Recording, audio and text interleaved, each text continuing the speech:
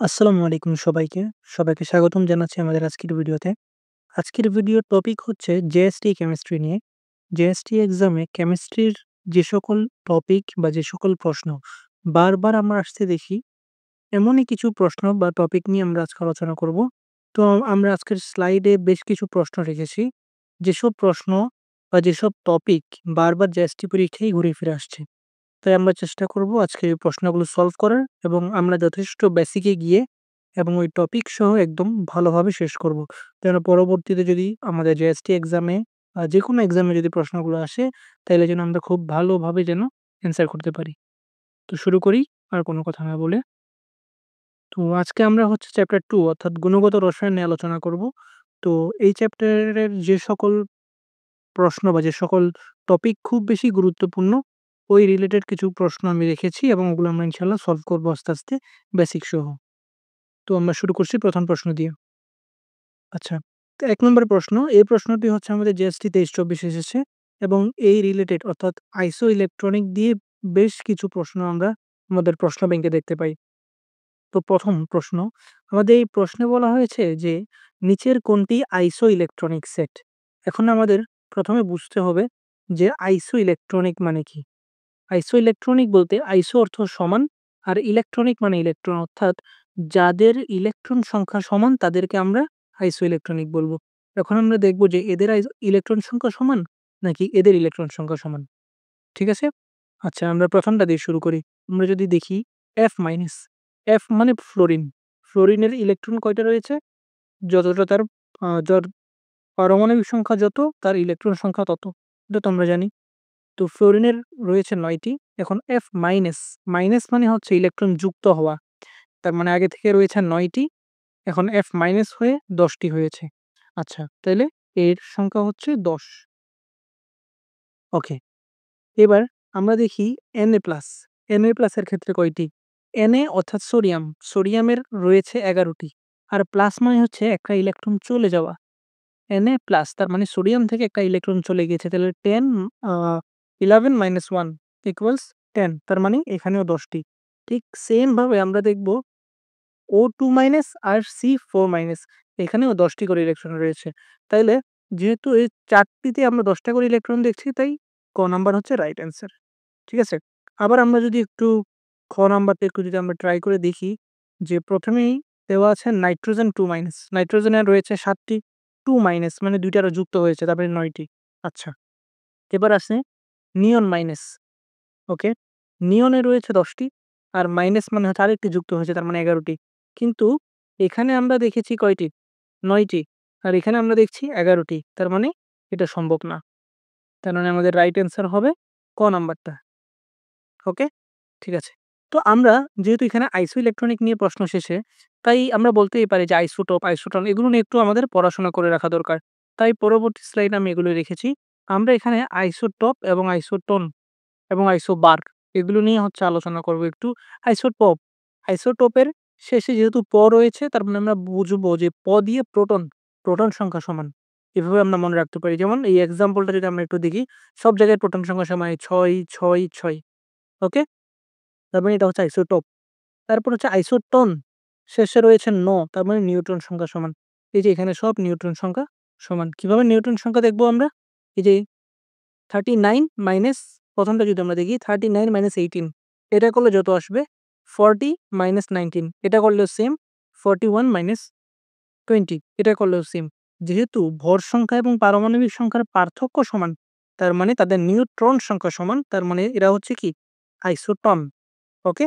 আর লাস্টেরটা isobar, isobar লাস্টে রয়েছে, সবার শেষে আমরা বলছি না? তো থেকে ভর সংখ্যা এভাবে মনে রাখা যাবে। এখানে দেখি আমরা ভর সংখ্যা সবার ১৪, এই যে সবার ১৪। তাই আমরা এখানে আশা করি বুঝে গিয়েছি যে আইসোটপ কি, আইসোটন কি, আইসোবার কি, আর আরো ভালো যে আইসো ইলেকট্রনিক কি, আইসো ইলেকট্রন কি। ওকে, তাহলে এই টপিকটা মোটামুটি আমাদের বুঝা গিয়েছে। পরবর্তীতে আমরা ২ নম্বর প্রশ্নে যাই। ২ নম্বর প্রশ্নে। যদিও এই প্রশ্নটা অধ্যায় ৩ এর মধ্যে পড়ে কিন্তু আমি ভুলে আমাদের অধ্যায় ২ এর স্লাইডে এড করে দিয়েছি আরকি। তাই আমরা শেষ করে ফেলি, সমস্যা নেই ইনশাআল্লাহ। বলা হয়েছে নিচের কোন আয়নটির বলা হয়েছে পরমাণু না, আয়নটির আকার সবথেকে ছোট। আচ্ছা, এটার বেসিক নিয়ে যদি আমি একটু আলোচনা করি, তাইলে আমাদের পরমাণুর আকার নিয়ে আমরা জানি যে বাম থেকে ডানে গেলে অর্থাৎ পর্যায় সারণীর বাম থেকে ডানে গেলে আকার হচ্ছে আকার কমে। উপর থেকে নিচে গেলে আকার বাড়ে। বাম থেকে ডানে মানে কি? যেমন সোডিয়াম হচ্ছে সবার বামে। তারপর যদি ম্যাগনেসিয়াম, অ্যালুমিনিয়াম এভাবে যদি আমরা ডানে যেতে থাকি, তাহলে আকার আস্তে, আস্তে কমতে থাকবে। কিন্তু উপর থেকে নিচে অর্থাৎ নিচের পর্যায়ে যদি আমরা যেতে থাকি, যেমন লিথিয়ামের নিচে সোডিয়াম, সোডিয়ামের নিচে পটাশিয়াম এভাবে যদি আমরা নিচে যাই, তাহলে তাদের আকার বাড়বে।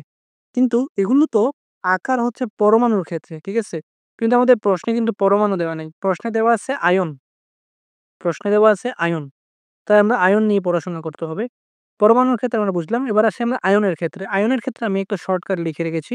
শর্টকাট হচ্ছে এভাবে যে যদি ইলেকট্রন সংখ্যা সমান থাকে তাইলে অ্যানায়ন সবথেকে বড়, তারপর পরমাণু, তারপর ক্যাটায়ন সবথেকে ছোট।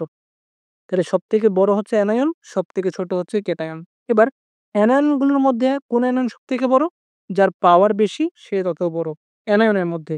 আর ক্যাটায়নের মধ্যে যার পাওয়ার বেশি সে সবথেকে ছোট। আশা করি বুঝা যাচ্ছে। তার মানে সবথেকে বড় অ্যানায়ন, সবথেকে বড় সবথেকে ছোট ক্যাটায়ন। ওকে? এবার আমরা দেখব যে প্রশ্নে কি বলছে। প্রশ্নগুলো যদি আমরা একটু দেখি।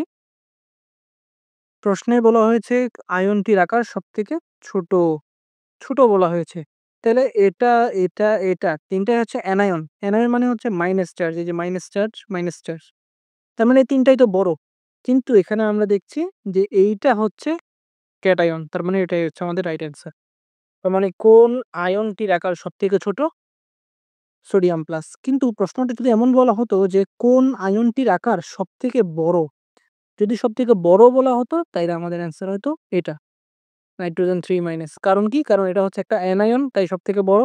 আর অ্যানায়নগুলোর মধ্যেও সবথেকে বেশি পাওয়ার হচ্ছে নাইট্রোজেনের 3 মাইনাস। তার কারণে এটাই হচ্ছে আমাদের রাইট অ্যান্সার। আশা করি একদম ক্লিয়ার। ওকে, এবার আমরা চলে যাই নেক্সট প্রশ্নে। নেক্সট প্রশ্নে বলা হয়েছে যে একটি পরমাণুর তৃতীয় শক্তি স্তর বলা হয়েছে কয়টি ইলেকট্রন থাকে? খুবই বাচ্চা এক টাইপের একটা কোয়েশ্চেন। এটার সূত্র আমরা জানি যে 2n²। ওকে? এটা হচ্ছে আমাদের সূত্র। কিসের সূত্র? শক্তি স্তরে ইলেকট্রন সংখ্যা। শক্তি স্তরে ইলেকট্রন সংখ্যা নির্ণয়ের সূত্রই হচ্ছে 2n²। এখন যদি তৃতীয় শক্তি স্তরে ইলেকট্রন না বলে যদি অরবিটাল বলা হতো, তাইলে আমাদের সূত্র হতো n²। ঠিক আছে? কিন্তু যেহেতু অরবিটাল বলে নাই, ইলেকট্রন বলেছে তাই এটা হচ্ছে 2n²। ওকে? এবং 2n² করলে কত? n এর মান অবশ্যই এটা হচ্ছে n এর মান 3। এটা হচ্ছে আমাদের n এর মান। ওকে? তাইলে 3 কে স্কয়ার করলে হচ্ছে 9, 2 ইনটু 9 করলে হচ্ছে 18। 18 হচ্ছে আমাদের রাইট অ্যান্সার। তাই এটার সূত্রটা কি ছিল? 2n²। আশা করি একদম ক্লিয়ার। ওকে, নেক্সট। বলা হচ্ছে নিচের কোন অরবিটালটি অসম্ভব? এখানে অ্যান্সার হচ্ছে দুঃখিত। এখানে আমাদের অ্যান্সার হচ্ছে 3f। তার কারণ কি? তার কারণ আমি পরবর্তী স্লাইডে একদম সুন্দর মতো লিখে রেখেছি। এইখানে যেগুলো আমি বলে রেখেছি এগুলো হচ্ছে সম্ভব। আর এগুলো হচ্ছে অসম্ভব। ঠিক আছে? যেমন 1s, 2s, 2p। ঠিক আছে? 2 এর মধ্যে শুধু p পর্যন্ত সম্ভব। 3 এর মধ্যে d পর্যন্ত সম্ভব। 1 এর মধ্যে s পর্যন্ত সম্ভব। বাকি সব f সম্ভব। ওকে? আর এই ২ টা আমি আলাদাভাবে কেন লিখেছি? কারণ এই ২ টা খুবই ইম্পোর্টেন্ট এবং বারবার এই ২ টাই আসে। 2d অসম্ভব, 3f অসম্ভব। তাই আমি এই ২ টা বারবার আ সাইডে লিখে রেখেছি আরকি। ওকে? তাহলে আমাদের প্রশ্নে কি চাইছে? কোনটা অসম্ভব? কোনটা অসম্ভব? তাইলে আমাদের অ্যান্সার 3f। এই যে বারবার এটাই আসে। এগুলো কিন্তু বিগত বছরের প্রশ্ন থেকে আমি আমাদের স্লাইডগুলো বানিয়েছি। তো এই বিগত বছরের প্রশ্নে যেগুলো বারবার রিপিট আসছে ঐরকম কিছু টাইপ আমি তুলে ধরেছি। তো ইনশাআল্লাহ ভিডিওটি খুবই উপকৃত হবে আপনাদের। ওকে। তারপরে যাই পরবর্তী প্রশ্ন যদি আমি দেখি। আচ্ছা, একটু বর্ণনামূলক একটা প্রশ্ন আমি এখানে রেখেছি যে সোডিয়ামের ক্ষেত্রে। ওকে? সোডিয়ামের সর্বশেষ ওয়ার্ডটা অবশ্যই মার্ক করতে হবে। সর্বশেষ। ঠিক আছে? সর্বশেষ ইলেকট্রনের কোয়ান্টাম সংখ্যার সেট লেখো। আচ্ছা, কোয়ান্টাম সংখ্যা কি? কোয়ান্টাম সংখ্যা হচ্ছে হুম, যে সকল সংখ্যার মাধ্যমে কোনো একটা ইলেকট্রনের ঘূর্ণনের দিক, অবস্থান, অরবিটাল সংখ্যা এসব প্রকাশ করা যায় ওগুলোকে বলা হয় আমরা কোয়ান্টাম সংখ্যা বলি আরকি। আচ্ছা, তাইলে এটার অ্যান্সার আমরা কিভাবে করব একটু বিস্তারিত। প্রথমত আমি সোডিয়ামের যেই কি বলা হয় এটাকে? ইলেকট্রন বিন্যাস। ওই ইলেকট্রন বিন্যাসটা আমি এখানে করে রেখেছি। এখন আমার প্রশ্নে বলেছিল সর্বশেষ ইলেকট্রন। তার মানে আমি এটাকে নিয়ে কাজ করতে হবে। ওকে? সর্বশেষ ইলেকট্রন। তাহলে 3s1 হচ্ছে তার সর্বশেষ ইলেকট্রন। ওকে? আচ্ছা। তাইলে এখানে এখন এই জায়গা নিয়ে আমার কাজ। এখানে n এর মান কি?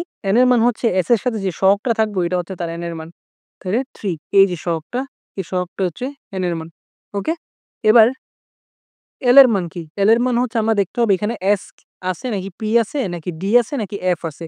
যদি S থাকে তাইলে 0, যদি P থাকে তাইলে 1, যদি D থাকে তাইলে 2 আর যদি F থাকে তাইলে 3। আশা করি বুঝা গেছে। আমি আরেকবার বলছি। এটার মান হচ্ছে 3, এটার মান হচ্ছে 0। কেন 0? কারণ S আছে তাই 0। S এর কারণে 0।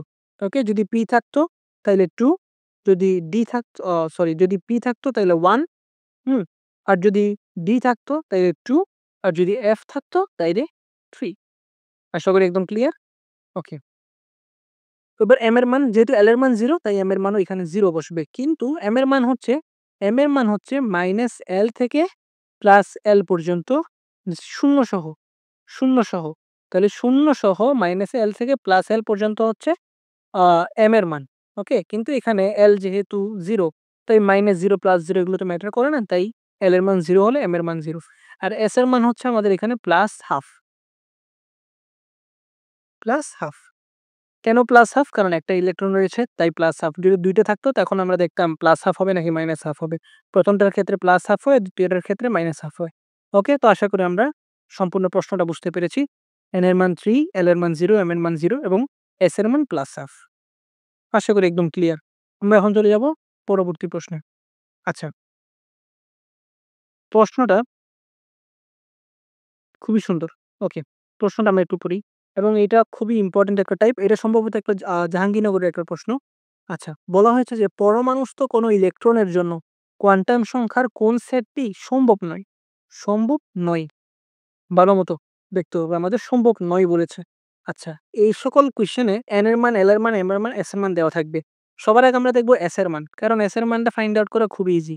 s এর মান হবে হয়তো +½ অথবা -½ এই ২ টার মধ্যে একটা হবে s এর মান। এখানে +½ -½ +½ কিন্তু এখানে দেখো 3/4 দেওয়া আছে। 3/4 কি আদৌ সম্ভব? কখনো সম্ভব না। তাই C হচ্ছে আমাদের আ আসল অ্যান্সার। যেহেতু বলেছি সম্ভব নয়, তার মানে সি নাম্বারটা সম্ভব নয়। আশা করি একদম ক্লিয়ার। প্রশ্নটা খুবই ইম্পোর্টেন্ট এবং আরেকটা প্রশ্ন আমি পরবর্তী স্লাইডে রেখেছি। এটা তো অনেক সহজ ছিল। এটা একটু কঠিন। আচ্ছা, এই ক্ষেত্রে প্রশ্ন সেম। প্রশ্ন সেম। কোনটা অসম্ভব বা কোনটা সম্ভব নয়। এক্ষেত্রে আমাদের আমি বলেছিলাম যে এস এর মান ১ম এ দেখতে হবে। কিন্তু এখানে ২ টা এস এর মানই ঠিক আছে। -½ +½ ২ টাই তো সম্ভব। এখন আমরা কি করব? এখন আমরা n এর মান, l এর মান নিয়ে এগুলো আমাদের লিখতে হবে। যেমন কিভাবে লিখব? n এর মান 3 প্রথমটার ক্ষেত্রে যদি আমি একটু দেখি, দুঃখিত। প্রথমটার ক্ষেত্রে যদি আমরা একটু দেখি, l এর মান n এর মান দেওয়া আছে 3 তাহলে 3 লিখলাম। হুম? L এর মান দেওয়া আছে 2। L এর মান 2 মানে কি? L এর মান 2 মানে আমি বলেছিলাম D, S মানে 0, P মানে 1, D মানে 2, F মানে 3 একটু আগে বলেছিলাম। তার মানে 3D এটা কি অসম্ভব?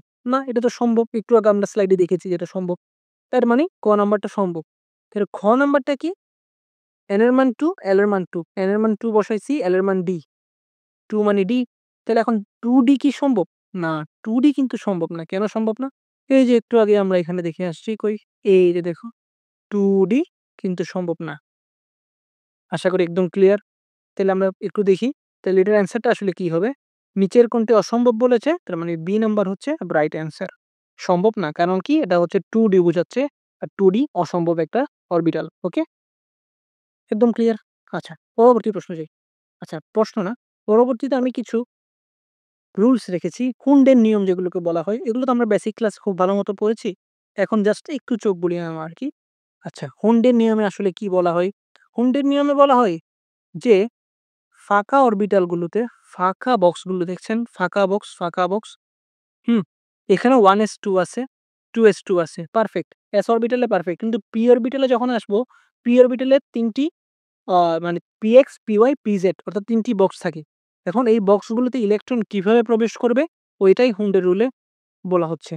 আচ্ছা, এখন বিজ্ঞানী হুন্ডের নিয়ম অনুযায়ী তিনি বলছেন যে সর্বপ্রথম বক্সগুলোতে একটা করে ইলেকট্রন অযুগ্ম অবস্থায় প্রবেশ করবে। তার মানে একটা করে সিঙ্গেল ইলেকট্রন প্রবেশ করবে।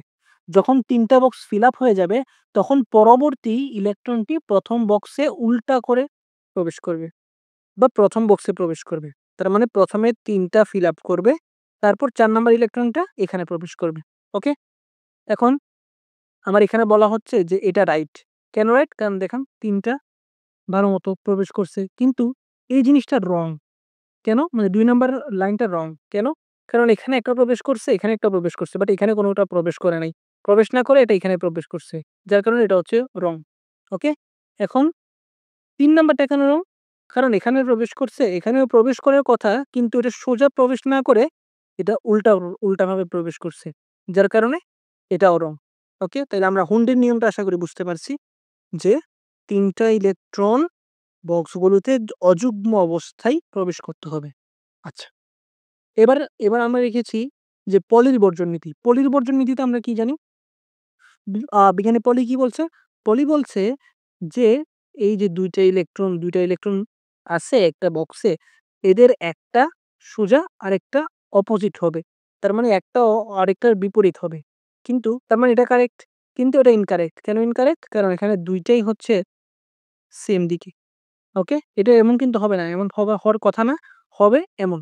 একটা এভাবে হলে আরেকটা তার অপোজিট যাবে। এটাই হচ্ছে বিজ্ঞানী পলি বলেছেন এবং এটাই হচ্ছে পলির বর্জন নীতি। আচ্ছা, পরবর্তী স্লাইডে যাই আমরা। আচ্ছা, এই প্রশ্নটা খুবই ইম্পোর্টেন্ট। এটা আমরা ফিজিক্সে যেমন দেখতে পাই, কেমিস্ট্রিতেও তেমন আসে এবং ফিজিক্স সবথেকে বেশি আসে। তাই আমি একটা ছন্দের মাধ্যমে এটা মনে রাখি, হুম? প্রশ্নটা হচ্ছে প্রশ্নটা এভাবে করে যে আ নিচের আ কার তরঙ্গদৈর্ঘ্যের মান সবথেকে বেশি অথবা শক্তি সবথেকে বেশি?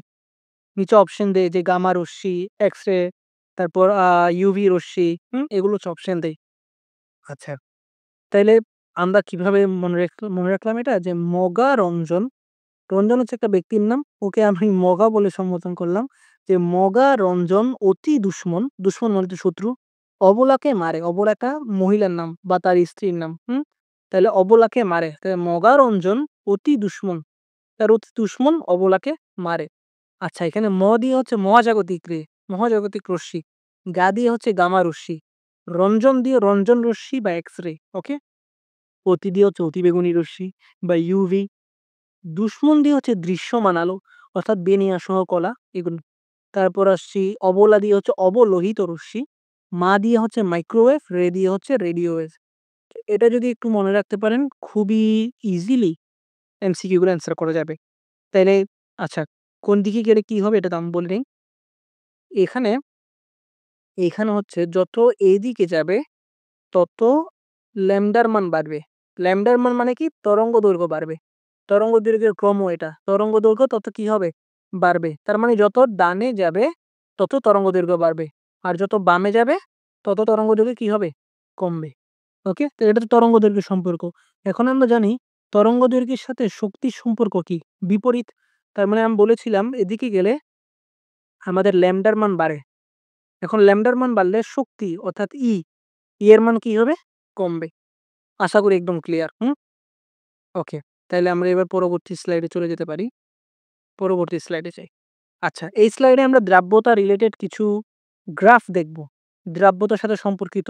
দ্রাব্যতা তো মোটামুটি বেসিক থেকে আমাদের সবার ক্লিয়ার থাকে। অত একটা ঝামেলা হয় নাই। কিন্তু দ্রাব্যতার গ্রাফগুলো একটু ঝামেলা করে। কখন ঝামেলা করে?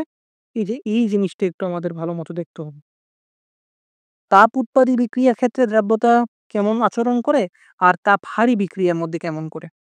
তাপ উৎপাদী বিক্রিয়ায় কি হয় দেখি। তাপ উৎপাদী বিক্রিয়ায় যখন তাপমাত্রা বাড়ানো হয় তখন দ্রাব্যতা কমে। খুবই একদম মাথায় সেট করে ফেলতে হবে। মুখস্থ থিওরিটিক্যাল কোয়েশ্চেন আসে। কিন্তু তাপহারী বিক্রিয়ায় যখন তাপমাত্রা বাড়ানো হয় তখন দ্রাব্যতা বাড়ে। ওকে? এখন এক ধরনের লবণ আছে যাকে বলা হয় গ্লুবার লবণ। সংকেতটা হয়তো আপনারা সবাই জানেন। গ্লুবার লবণের ক্ষেত্রে এটা একটু ব্যতিক্রম। যেমন এখানে তো তাপ উৎপাদিতে আ তাপমাত্রা বাড়লে দ্রাব্যতা কমে। এখানে বাড়লে বাড়বে। কিন্তু গ্লোবাল লবণের ক্ষেত্রে ৩২.৪ ডিগ্রি সেলসিয়াস পর্যন্ত ৩২ ডিগ্রি তি আ দশমিক ৪ ডিগ্রি সেলসিয়াস পর্যন্ত দ্রাব্যতা বাড়ে। তাপমাত্রা বাড়লে দ্রাব্যতা বাড়ে। কিন্তু তারপর থেকে দ্রাব্যতা কমতে থাকে। অর্থাৎ একটা পরাবৃত্তাকার আমরা গ্রাফ দেখতে পাই। তো এটা একটু মাথায় রাখতে হবে গ্লোবাল ওয়ার্মিং এর ক্ষেত্রে।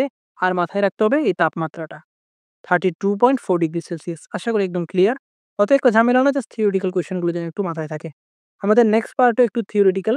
এইগুলো তেমন একটা খুব আসতে দেখা যায় না, কিন্তু একটু রিভাইজ দিয়ে নেওয়া ভালো আরকি। আচ্ছা, এখানে আমি রেখেছি শিখা পরীক্ষার একটা চার্ট। এই চার্টটা একটু মাথায় রাখা লাগবে। বিশেষ করে সোডিয়াম আমি দেখাই দিচ্ছি, লিথিয়াম, পটাশিয়াম, আরেকটা হচ্ছে ক্যালসিয়াম। এই চারটা খুবই বেশি ইম্পোর্টেন্ট।